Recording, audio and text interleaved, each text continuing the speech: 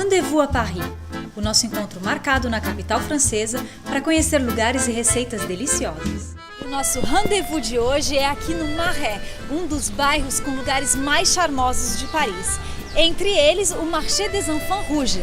E é para lá que eu vou agora para comprar algumas maçãs e a gente vai fazer depois uma tartare.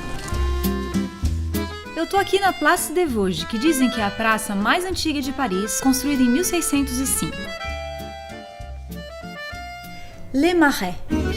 Les Marais, em francês, significa pântano, e esse bairro foi batizado assim porque ele ficava justamente numa zona alagada da cidade. Apesar do Marais ser um dos bairros mais antigos de Paris, onde a gente ainda encontra uma arquitetura super conservada, aqui também é um símbolo de modernidade da cidade. Tem muitas galerias de arte, lojas de designers e artistas descolados. Marché des Enfants Rouges. Fundado em 1615, o Marché des Enfants Rouges é o único mercado dessa época ainda em funcionamento em Paris. Ele já foi chamado de várias maneiras, mas foi batizado assim em homenagem a um orfanato que existia no bairro que cuidava de crianças que usavam uniformes vermelhos.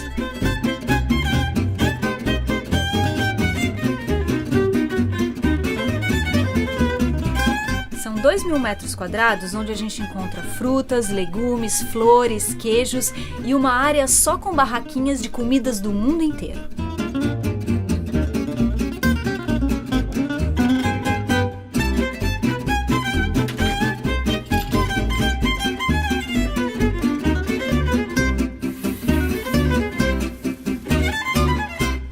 Tarte tatin. Tarte tatin.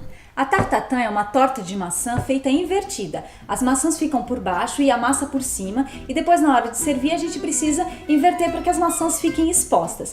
Eu tenho aqui 2 kg de maçã tipo golden, que eu preciso descascar primeiro.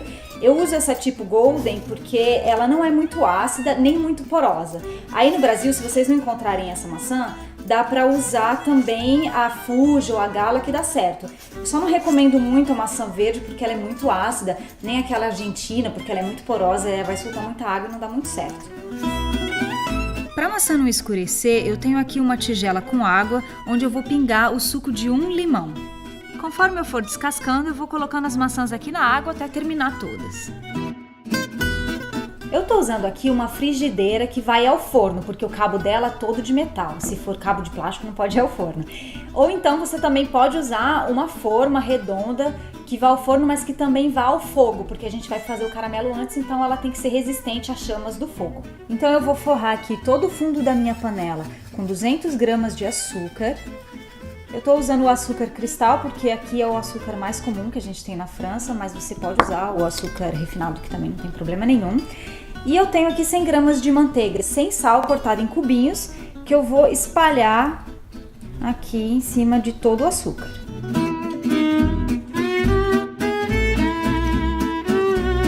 Aí agora é só cortar cada maçã em 4 e retirar todo o miolinho com as sementes. Então é só colocar cada pedaço com essa parte arredondada para baixo, encostando no açúcar com a manteiga. A gente coloca assim bem direitinho, ajeitando todo em volta da forma. No começo pode parecer que é muita maçã, mas não se preocupe, porque como elas vão murchar, então os 2 kg são suficientes.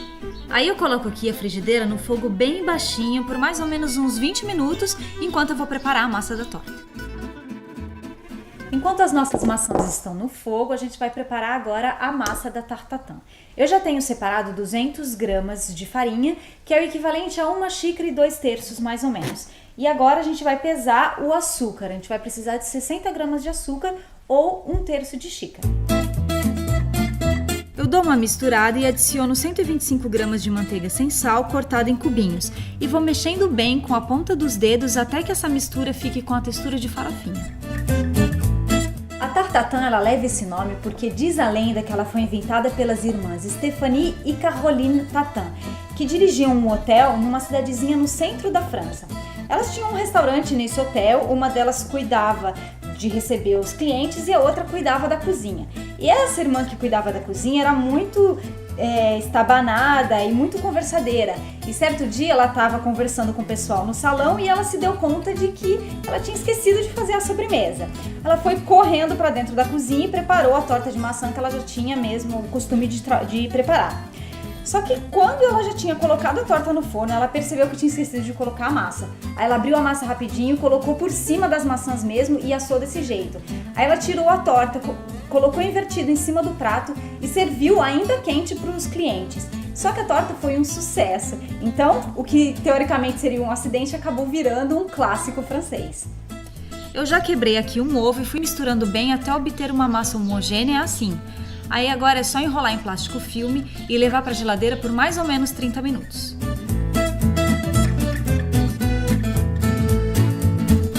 Enquanto a massa está na geladeira, fica de olho nas maçãs que ainda estão no fogo. Tem que ir verificando de tempo em tempo o ponto do caramelo. Aqui, assim, nesse começo, ele ainda está muito líquido. O ponto certo é assim, ó, quando ele já estiver mais grossinho. Aí é só desligar o fogo e deixar as maçãs esfriando um pouquinho, e aí a gente aproveita para ligar o forno para deixar ele pré-aquecido aos 180 graus. Agora que a minha massa já passou meia hora na geladeira, é só enfarinhar aqui a bancada para a gente abrir com a ajuda de um rolo.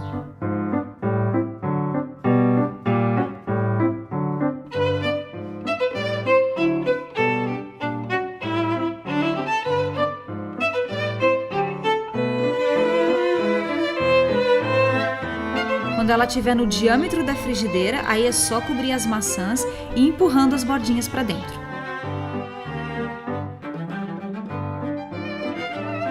Agora a gente leva para assar no forno que já está pré-aquecido, de 20 a 30 minutos ou então até que a massa fique bem douradinha. A massa ficou linda, mas agora eu preciso esperar só um pouquinho porque senão eu vou correr o risco de me queimar na hora de virar.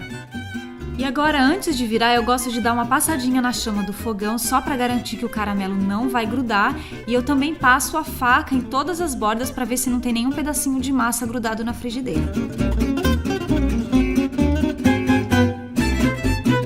E voilà! A tartatã ficou linda! E a gente pode servir ao lado de uma bola de sorvete ou então, como eu gosto de fazer aqui, com um pouquinho de chantilly.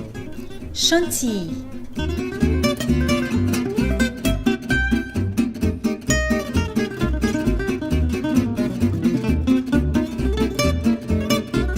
Algumas pessoas dizem que a história das irmãs Tatin não passa de uma invenção criada por um crítico gastronômico. Se a história é lenda ou não, eu não sei, mas que a receita é incrível, isso eu não tenho nenhuma dúvida.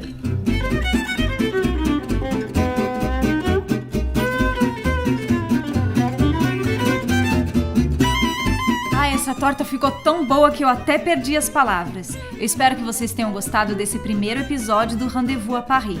E se você fizer a receita da tarte tatin, posta nas redes sociais com a hashtag #RDVParis. Aproveita também para seguir a gente no Instagram e até a próxima sexta-feira. Tchau!